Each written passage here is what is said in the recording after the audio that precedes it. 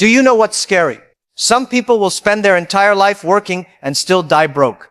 Not because they are lazy, not because they are unlucky, but because of 3 habits they don't even realize are destroying their future. Ladies and gentlemen, I want you to listen carefully, because what I'm about to share is not theory, it's reality. Think about this. Every day, millions of people wake up early, fight through traffic, work hard all day, come home tired, collapse on the bed, and repeat the same routine the next morning. Years go by like this.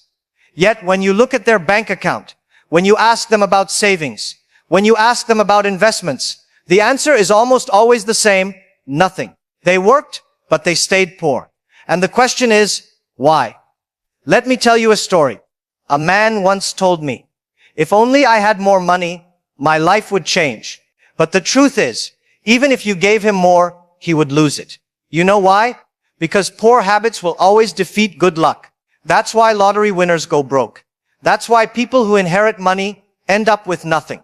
Money without new habits is like water in your hand. It slips away. The first habit that keeps people poor forever is survival spending.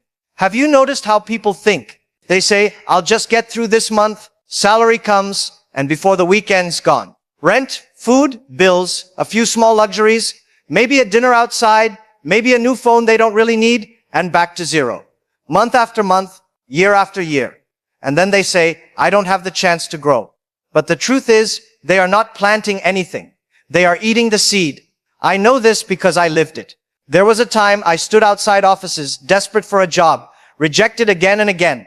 When I finally got work, I thought my life would change. But every time I made a little more, I spent a little more, I wasn't building. I wasn't growing. I was running on a treadmill, faster and faster, but still in the same place. Maybe you feel the same way right now. Let me paint you a picture. 2 young men work in the same factory. They earn the same salary. One comes home, tired, watches TV, scrolls on his phone, spends money on small pleasures. The other comes home, tired as well, but he spends 1 hour learning a new skill. He reads books. He saves instead of buying new clothes every month. 10 years later, the first man is still in the same factory. The second man owns his own company. What's the difference?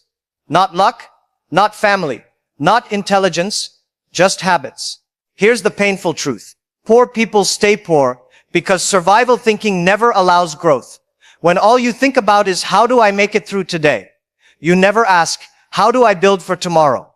And the world rewards those who build, not those who survive. Look at J.K. Rowling, the author of Harry Potter. She was broke, raising a child alone, living on welfare. 12 publishers rejected her. She had every excuse to quit. She could have said, I'm poor, I have no chance. But instead of eating her seed, she planted it. She kept writing, and that seed became books, then movies, then an empire. She turned words into billions. That is not luck. That is a habit of growth. But here's the dangerous mindset most people carry. I don't have enough, so let me spend what I have to feel good right now. They buy things that look rich instead of investing in what makes them rich. They eat the seed, never planting it. Ladies and gentlemen, if you eat the seed, you will always stay hungry. If you plant the seed, water it, wait, and protect it. One day you will sit under the shade of the tree. Let me give you another story. Oprah Winfrey. She was born into poverty, abused as a child, working in a grocery store at 14. By every measure, she should have stayed poor forever, but she didn't. She didn't waste her life complaining or spending to escape the pain. She invested in her voice. She invested in her ability to connect. She turned her pain into power. Today, she is not only wealthy, but one of the most influential women in the world. Not because of money at the start, but because of habits. And this is what I want you to remember. Poor people do not stay poor because they don't work hard. Some of the hardest working people in the world are broke. They stay poor because all their energy goes into surviving today instead of building tomorrow. Poverty is not only in the wallet. Poverty is in the mind. Change the mind and you change the wallet. Change the habits and you change the future. So I ask you right now, are you surviving or are you growing? Are you chasing comfort or are you building skills? Do you spend to look rich or do you invest to become rich? Because the truth is, money follows habits. And until your habits change, your future cannot. Ladies and gentlemen, let me share with you the second habit that silently keeps people poor forever. It is the habit of falling into traps, money traps. These are not accidents. They are designed. They are in the ads you see, the sales in your malls, the apps on your phone, and if you don't recognize them, you will spend your entire life working hard and still end up with nothing. Think carefully. The moment most people get extra money, what do? Do they invest it? Do they save it? No. They buy something new, a phone, a car, a bigger TV, new clothes, a fancy dinner. They call it reward. But what they don't realize is this. Poor people want to look rich, while rich people want to stay rich. Warren Buffett still lives in the same house he bought decades ago. Meanwhile, a man earning $500 a month will happily take a loan to buy a $1,000 phone. That is the consumer trap. I once knew a man who worked very hard. The day he got a raise, instead of investing in himself or his family's future, he went to the bank, took a loan, and bought a new car. He drove it proudly, and people admired him. But every month, half his salary went to pay the bank. That car didn't make him free. It made him a prisoner. That car didn't make him rich. It made the bank rich. And this is what happens when you confuse looking rich with being rich. Another trap is fear. Poor people are afraid to take risks. They say, I don't want to start a business. It's too risky. I don't want to invest. I might lose money. And so they put their savings in an account that gives 2% interest, while inflation eats 10%. They think they are saving, but in reality, their money is shrinking. What they don't realize is this. Doing nothing is the biggest risk of all. When Jeff Bezos left his stable Wall Street job to start Amazon in a garage, people laughed. They called him crazy. They said he was throwing away his future. But he understood something most poor people never do. The biggest risk is not failing. The biggest risk is never trying. Today, Amazon is everywhere, and Bezos became one of the richest men in the world. But if he had played safe, he would have stayed comfortable, not wealthy. The third trap is procrastination. Poor people say, one day I will save, one day I will invest, one day I will start a business, but one day never comes. Time slips away, and they don't even notice. Albert Einstein once called compound interest the eighth wonder of the world. The earlier you start, the more it grows. But if you keep waiting for the perfect moment, you lose the only thing you can never get back, time. I made this mistake too. In my younger years, I wasted time waiting for the right chance. I told myself, when I have more money, I will invest. When I have more time, I will learn. That perfect moment never came. The truth is, you don't wait for the perfect time. You start where you are, with what you have, and you grow from there. And let me tell you about one more trap. Environment. The people you surround yourself with will decide your future. If your 5 closest friends only gossip, complain, and waste time, guess what? You will gossip, complain, and waste time too. But if your 5 closest friends discuss ideas, investments, growth, and opportunities, you will rise with them. Show me your friends, and I will show you your future. I once saw a group of young men.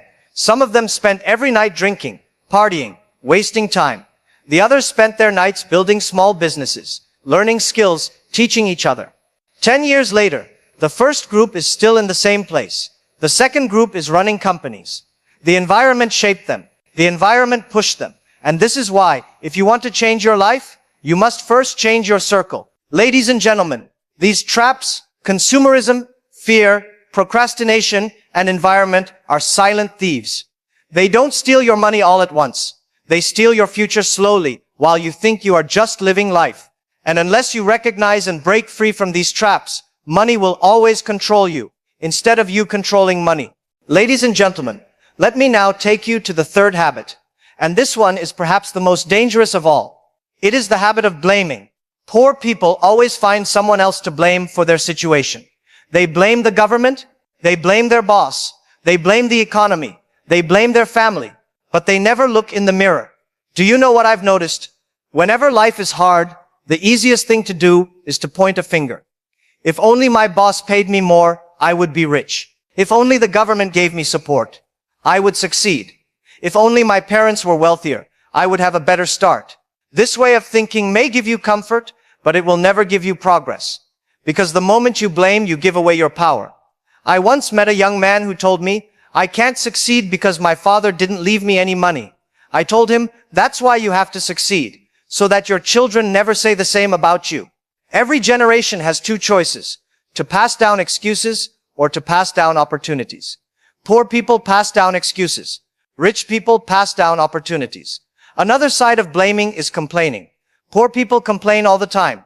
They complain about their job, but they never learn a new skill. They complain about their pay, but they never try a side hustle. They complain about the government, but they never even try to improve themselves.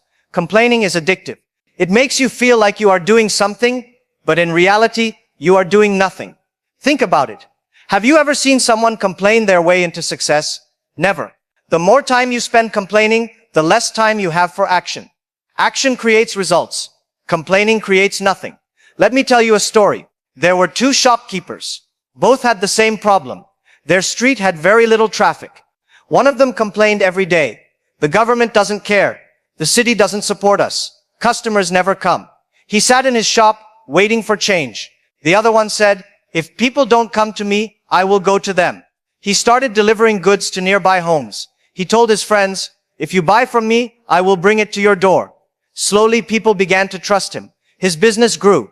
The first shopkeeper is still there, sitting, waiting, complaining. The second shopkeeper is now the owner of a supermarket. Same street, same problem, different mindset. Ladies and gentlemen, the habit of blaming and complaining is like putting chains on your own legs. You think the world tied you down, but in truth, you tied yourself. And as long as you live with excuses, you will never break free. Let me tell you something powerful. Your future is not decided by the government, or your boss, or your parents. It is decided by the choices you make today. When you blame, you delay. When you take responsibility, you take control. And the day you stop saying, it's not my fault, and start saying, it's my responsibility, that is the day you begin the journey to wealth, freedom, and success. Ladies and gentlemen, let me end with something you must never forget. Poverty is not only about money, it is a mindset. You can give two people the same amount of money, the same opportunities, even the same education, and still one will rise and one will fall. Why? Because one changes his habits and the other keeps repeating them. The truth is, nobody is born poor forever. You may be born with nothing, but if you die with nothing, it is because you chose the wrong habits. I know that sounds harsh, but reality is harsh. Life does not reward excuses. Life rewards discipline, courage, and action. So let me ask you, how long will you wait? How long will you keep blaming, keep spending, keep procrastinating? How many years will you lose before you realize time is slipping away? 10 years from now, you will regret two things: the chances you didn't take and the habits you didn't change. I once heard a wise man say, chains of habit are too light to be felt until they are too heavy to be broken. When you are young, wasting 1 hour seems like nothing. Spending a little more than you earn seems normal. Complaining feels harmless. But year after year, these small habits pile up, until one day you wake up at 40, 50, 60, and you realize it's too late. But here's the good news. Today, right now, you have a choice. You can break the chain. You can stop following the crowd. You can decide, I will not live poor forever. Poverty is not your destiny. It is a temporary situation if you choose to fight it. Think about this. Every rich man you admire today was once unknown, struggling, doubted. Every success story you hear started with a decision, the decision to change habits. So if they could do it, why not you?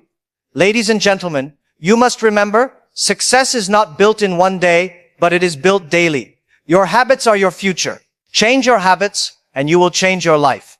Stay trapped in them, and no amount of luck or hard work will save you. So the question I leave you with is this: which habits will you take with you tomorrow? The habits that keep you poor forever, or the habits that make you free? The answer, my friends, is in your hands. Thank you for listening, and don't forget to like and subscribe, my friends.